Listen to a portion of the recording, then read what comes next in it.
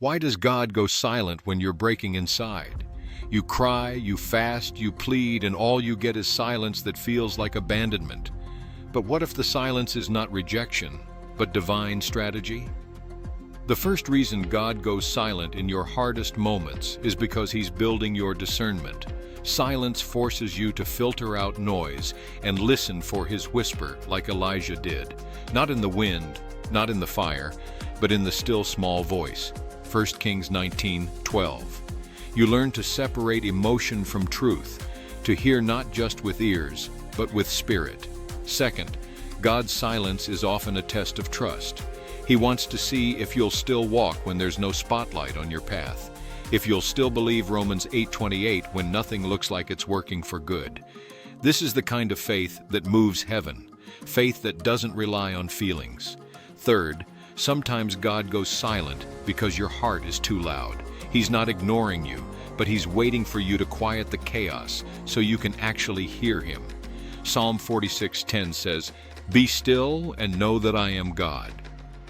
Silence is His way of slowing you down to confront what you've been avoiding, the grief you buried, the sin you excused, the idol you secretly nurtured.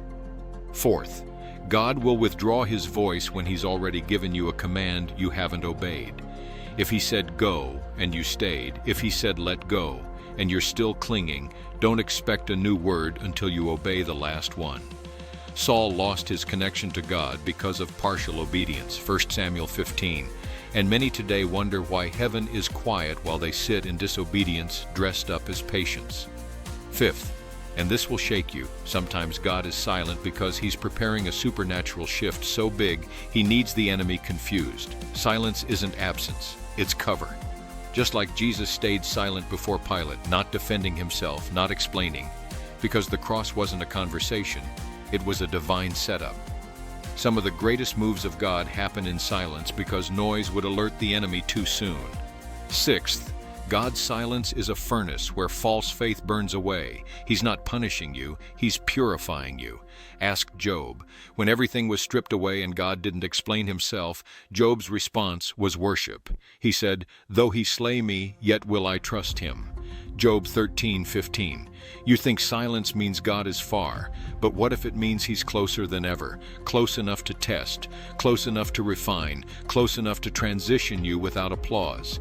And seventh, His silence is an invitation to mature. Babies cry and expect immediate answers, but sons and daughters of the kingdom learn to walk by faith, not by sight, not by feelings, not by goosebumps or instant signs.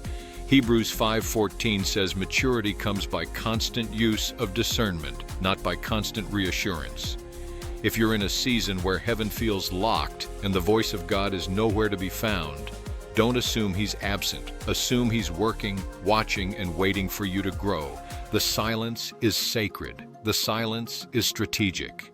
The silence is not a punishment. It's a promotion disguised as a pause.